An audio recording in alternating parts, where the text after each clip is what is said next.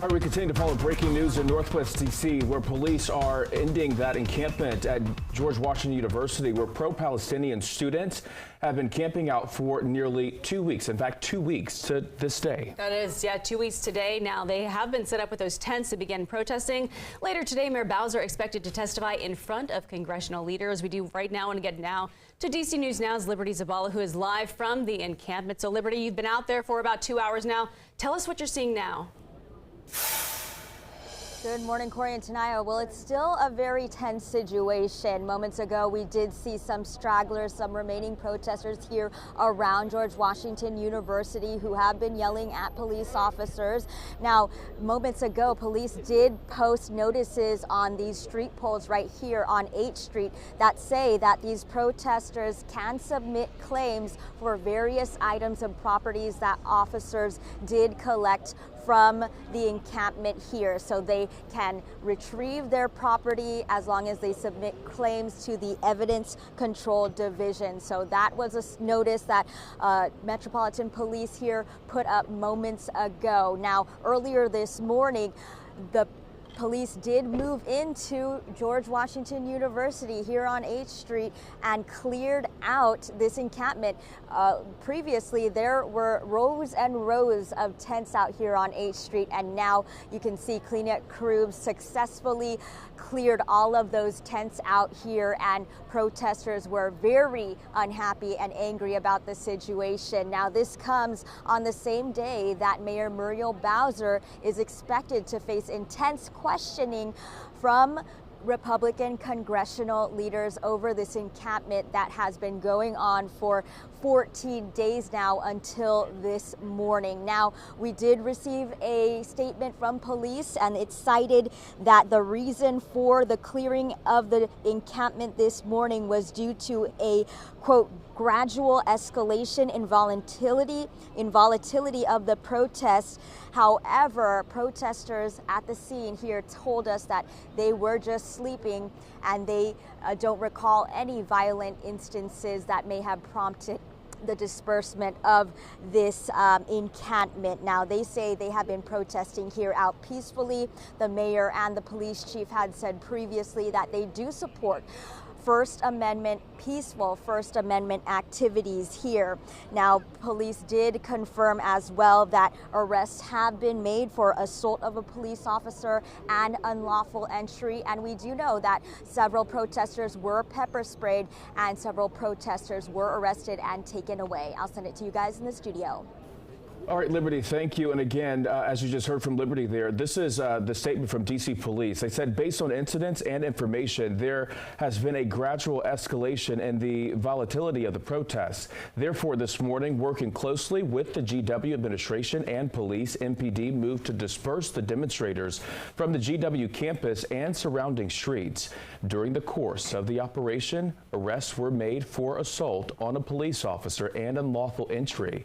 It goes on to say MPD will continue to be supportive of universities or other private entities who need assistance. And good morning. We're talking about satellite and radar. We do have a few showers. We did even see some more stronger thunderstorms farther off towards our north. We have this system approaching the region, and with that, we are starting off with the clouds, but we should be seeing some sunny breaks later on today, allowing those temperatures to really heat up. And speaking of temperatures, right now we are a couple degrees shy of 70 in D.C. We're lower 70s in Lexington Park, seeing those 60s farther back out towards the west as well, mid to upper 60s across the I-81 corridor. Now later on today, like I mentioned, we'll see sunny breaks, high temperatures, upper 80s to near 90 degrees, especially for areas off towards the east, including D.C. Could see a few of those showers and thunderstorms bubbling up for our far southern zones down towards Fredericksburg, as well as southern Maryland later on this afternoon into the early evening. Some of those could be on the stronger side just because of how hot it will be later on today. So just keep that in mind and just be weather aware if you are in our far southern areas today. As we look at towards the overnight tonight into tomorrow morning, we're watching as more wet weather's on the way. Some of these showers or thunderstorms tomorrow could be on the strong to severe side. And not only that, we could see that flood potential as well. So that's something that we're going to continue to monitor into your Thursday. Thursday is a DMV first warn day for that threat of some stronger thunderstorms as well as that flood threat. So severe outlook, slight risk tomorrow. More details on this coming up. Shanika, what's the latest on the roads? All right, well, Jackie, we're still seeing some closures, and we're going to track some delays because of these closures right along H Street Northwest because of police and protest activity. So you can see this purple here, that is H Street, and then you're looking at 21st and 20th Street. Pennsylvania Avenue, part of that in the area will be affected as well, and you're seeing some closures all the way through F and E Street. So keep that in mind heading out if this is your normal way of traveling. And here's a closer look of where that protest and police activity is. It is going to get bad in the later hours of the morning. I'm expecting these closures to last pretty much throughout the morning. All right, Shanika, thank you. A man running for D.C. Council says he left shaken up after he was carjacked yesterday morning. This happened near 16th Street and Fort Stevens Drive in Northwest. Paul Johnson tells us a group of people pulled up behind his car while he was hanging his campaign flyers and then took it. I was traumatized in retrospect and feeling insecure and feeling violated. Too many district residents, too many Ward 4 residents have had that experience, and it's a problem, and we need to take measures to stop and to mitigate the problem. And he says his car was recovered later on Fern Place in D.C. All right, in Southeast, the community is leaning on faith to cope after a toddler was killed by gunfire Friday. D.C. police and members of the Faith Advisory Council held a prayer walk last night in honor of 3-year-old Tyus Settles. Though this happened at the 7th District Police Station, where Chief Pamela Smith gave a speech as the community is working to heal.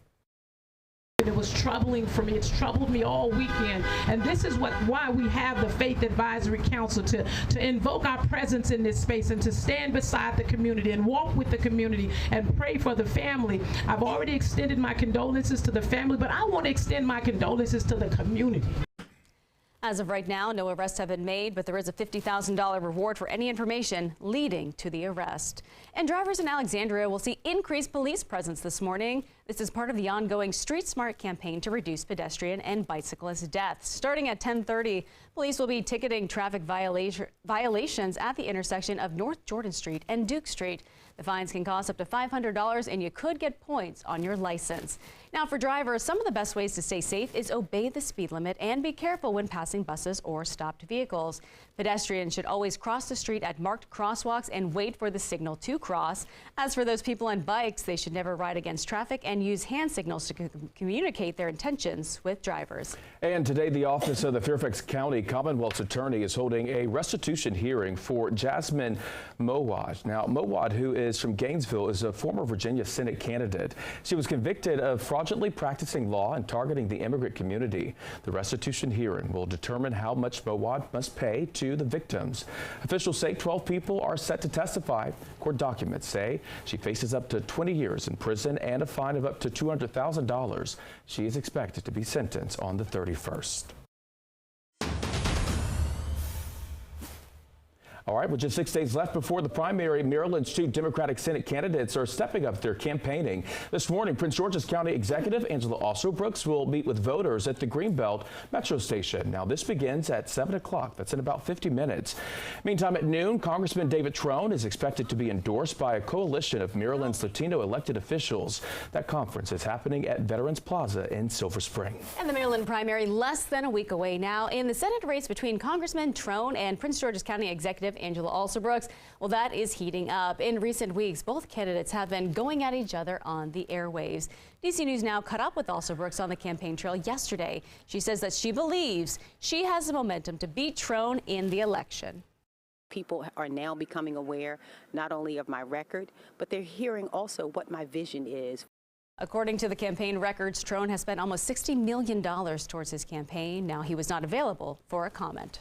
And a first-of-its-kind conference helping to bring cutting-edge tech to the district is taking place. DC News Now's anchor Annalisa Gell has a look at the Free AI Expo wrapping up today. feel like this is kind of necessary because AI is becoming very big. It's important to stay up to date. Artificial intelligence is taking over parts of the Walter E. Washington Convention Center as part of the inaugural AI Expo for National Competitiveness. The free two-day event is hosted by the Special Competitive Studies Project, which describes itself as a nonprofit working to ensure the U.S. is positioned to win the techno-economic competition. We think AI is the next general-purpose technology like electricity. When you have a general-purpose technology, it affects all the parts of society. So when the machine was created, now we have machines that are still with us today. Electricity is still with us today. Digitization, now the internet's here and it's never going away. We think AI is that next technology that will be with us for good. Jason Moore, who owns an IT company in the district, came to learn more about the needs of the companies participating, including Google and various federal agencies. There's not enough solutions, and there's not enough people in this space to satisfy all the needs that's out here right now. So I think that's the first thing I've really noticed, that there's quite a buzz, and it's bigger than I thought when it comes to artificial intelligence and machine learning. For more hands-on activities outside of the seminars with experts, you'll also find exercises using virtual reality, like this one we tried with the Department of Energy. You are looking at one of these 3D printed components. We are creating digital twins of these 3D printed parts. So what does this do for the world, though? Why is it so special? Why is it so important? So it enables us to understand these parts better and in the future to look for defects in these components. Senior advisor PJ Makish says plans are already in the works to bring back the conference next year. Right now, we are planning for the July timeframe for next year. Details to be announced. In the district, Annalisa Gale, DC News Now.